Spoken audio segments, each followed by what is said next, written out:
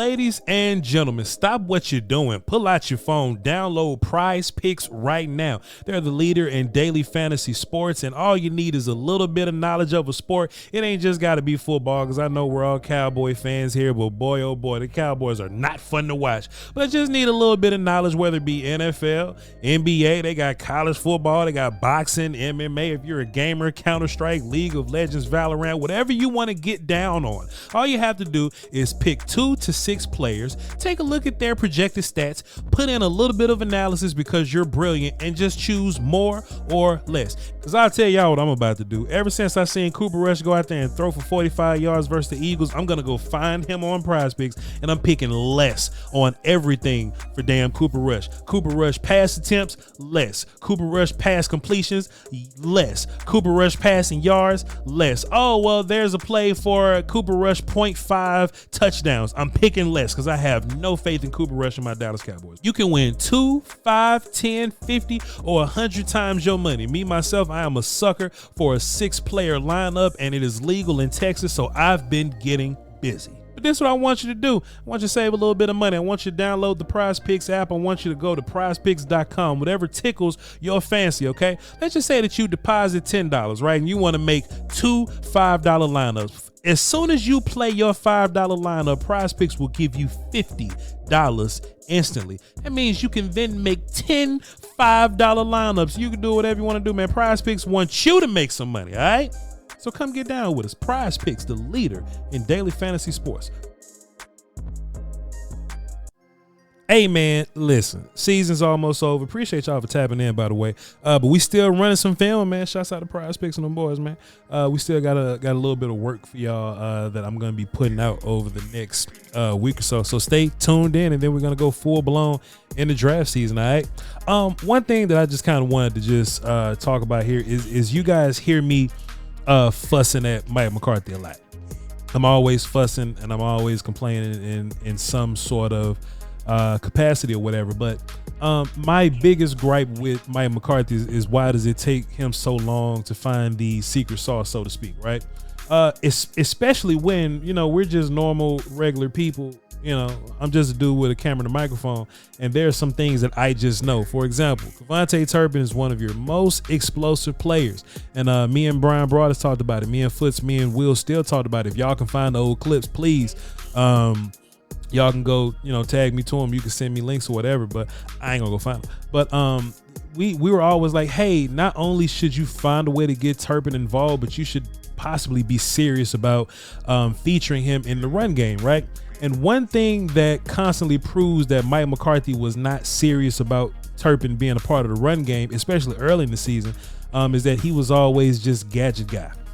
So if I'm playing defense and Turpin is out there, I kind of got a good feel of what's coming here. If you take a look at number 29 right here, right? 29's probably been watching film here. Turpin is not a serious participant in the run game. I mean, he only got like 15 or so carries all year, but he's not a serious participant in the run game. So, you know, when you see him in motion, it's probably going to be some goofy, you know, towards his way. You know what I'm saying? Here's another example here. Turpin is he in motion or is he here? Cool, he's there, right? And you're gonna see some type of weird little switch, some type of reverse, some type of sweep, and that's not using Turpin seriously. This stuff didn't work. This stuff didn't work because it was not creative, it was not imaginative, and it was all using Turpin just in the same kind of role here, same here, like a little reverse sweepy type of situation, and this stuff ends up not working, man. I mean, if I played defense, I would be able to sniff it out. Probably not. Turpin to beat me to the corner, he'll be gone.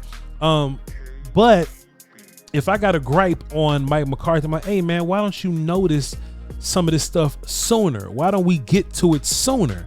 And that's one of the biggest downfalls of him, is that he's not the game playing genius. Brian Broadus always says on our show that he doesn't add anything to the party. I'm talking about Mike McCarthy right now. Mike McCarthy doesn't do anything extra that makes him stand out or jump out as a creative or as a play caller or as a schemer or anything like that, which is another part of my problem, right? Because if he's going to be the head coach and he's making head coach decisions, like big picture decisions, then he needs to understand that he's not the best option as the offensive play caller. You understand?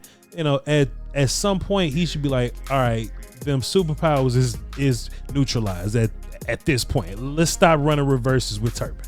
Right? Let's stop running jet sweeps with Turpin, because they're starting to figure it out. And this is the same thing that we ran into with Dak, or that we run into with CeeDee Lamb running slants, or Jake Ferguson running up the seam. It was easy for teams, or Zeke running up A gap. It was easy for teams to just kind of take this stuff away, because it was just predictable, right?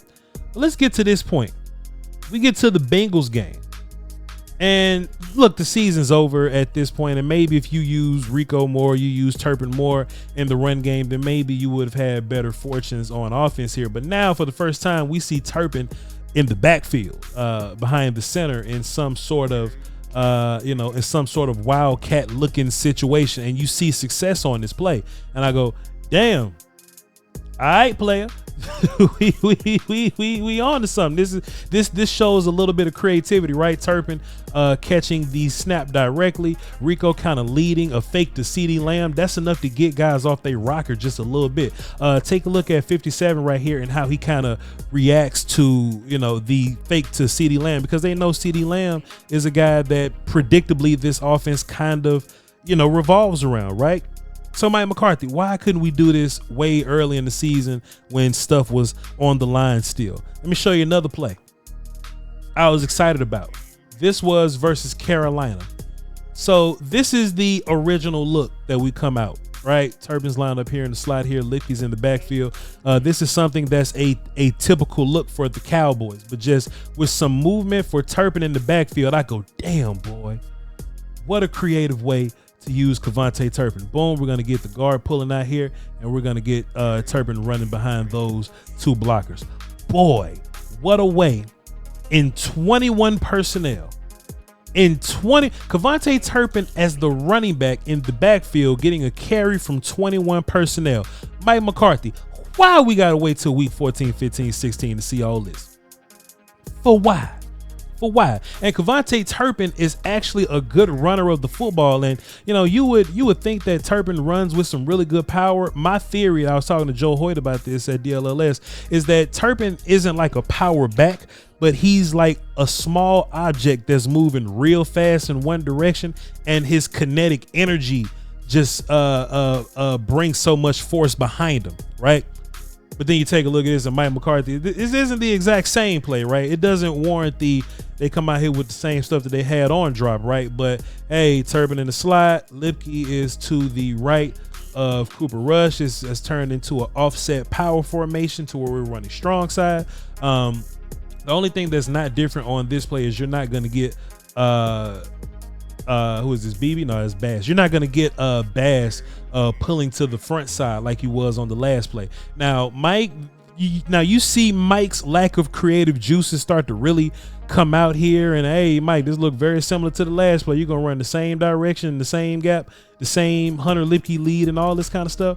The only difference was instead of a down block here and a pull there, it's just flat out, all right, we're all just outside zone blocking here, and that's just how we gonna run it. You see what I'm saying?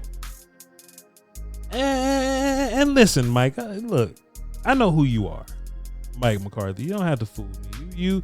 You wanted to go out on this limb. You wanted to defend your honor as an offensive play caller and all that. So I see what you're saying, Mike, but man, come on, bro. This is something that a dude with a camera and a microphone talked about weeks ago, and I don't get paid millions of dollars to do this.